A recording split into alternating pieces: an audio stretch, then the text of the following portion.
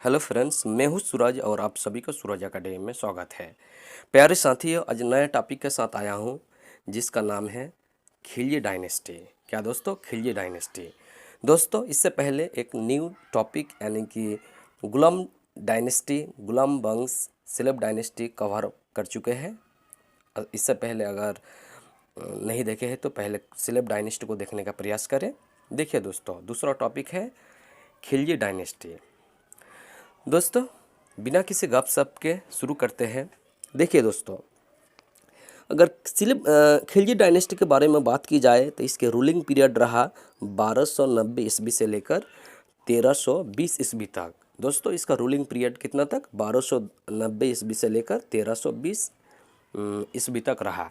कुल मिलाकर अगर बात की जाए तो खिलजी डायनेस्टी का रूलिंग पीरियड रहा 30 साल। दोस्तों, कितना? 30 साल। कहा जाता है कि दिल्ली सल्तनत यानी कि shortest ruling period in Delhi सल्तनत, यानी कि दोस्तों, दिल्ली सल्तनत के रूलिंग पीरियड में से सबसे छोटा शासनकाल रहा खिलजी डायनेस्टी का। ये बात ध्यान दीजिएगा, ये बात नोट कीजिए। देखिए दोस्तों, खिलजी डायनेस्टी का फाउंडर यानी कि संस्थापक जलालुद्दीन फिरोज खिलजी हुआ करता है। दोस्तों, इसका वास्तविक नाम मलिक फिरोज, यानी कि खिलजी डायनेस्टी का जो फाउंडर है उसका वास्तविक नाम, रियल नाम था दोस्तों मलिक फिरोज। देखिए दोस्तों, नेक्स्ट पॉइंट, 1293 ईस्वी में जलालुद्दीन फिरोज खिलजी ने देवगिरी पर आक्रमण किया। दोस्तों, 1293 ईस्वी में, ये पॉइंट ध्यान रखिएगा कि 1293 ईस्वी में जलालुद्दीन फिरोज खिलजी ने देवगिरी पर आक्रमण किया। उस समय देवगिरी का शासन रामचंद्र देव हुआ करता था। कौन हुआ करता था? देवगिरी का शासक रामचंद्र देव। दोस्तों, ये सवाल पूछा गया है कि जब जलालुद्दीन फिरोज खिलजी देवगिरी पर आक्रमण किया तो उस समय देवगिरी का शासक कौन था? देवगिरी का शासक रामचंद्र देव हुआ करता था। दोस्तों, ये दूसरा बात भी नोट कीजिएगा, आप लिख लीजिएगा कि इसे मुसलमानों का, देवगिरी पर मुसलमानों का प्रथम आक्रमण माना जाता है। ये बात ध्यान दीजिएगा। दोस्तों देखिए, दिल्ली सल्तनत पर मुगलों का तीसरा आक्रमण जलालुद्दीन फिरोज खिलजी के रूलिंग पीरियड में हुआ। दोस्तों, ध्यान दीजिएगा कि दिल्ली सल्तनत पर मुगलों का आक्रमण तीसरा आक्रमण जलालुद्दीन फिरोज खिलजी के रूलिंग पीरियड में हुआ। देखिए दोस्तों, नेक्स्ट पॉइंट, देवगिरी के इस आक्रमण को कंट्रोल करने के लिए जलालुद्दीन फिरोज खिलजी अपने भतीजा या दामाद को भेजा था, और अलाउद्दीन खिलजी जो उनका दामाद था, अलाउद्दीन खिलजी ही मंगोलों के आक्रमण को पराजित किया। यानी कि उस आक्रमण को, देवगिरी का आक्रमण जब मंगोलों के द्वारा किया गया तो उस आक्रमण को कंट्रोल किसने किया दोस्तों? अलाउद्दीन खिलजी के द्वारा किया गया।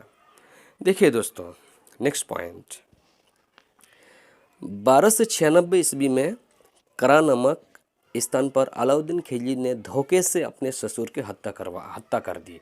दोस्तों, ये बात ध्यान दीजिएगा, बहुत इम्पोर्टेंट है कि 1296 ईस्वी में करा नामक स्थान जो प्रयागराज में है, करा नामक स्थान पर अलाउद्दीन खिलजी ने अपने ससुर यानी कि चाचा को धोखे से हत्या कर दी। ये बात ध्यान दीजिएगा। इसीलिए दोस्तों, इतिहासकारों का कहना है कि अलाउद्दीन खिलजी का शासन पीरियड यानी कि रूलिंग पीरियड धोखे से शुरू हुआ।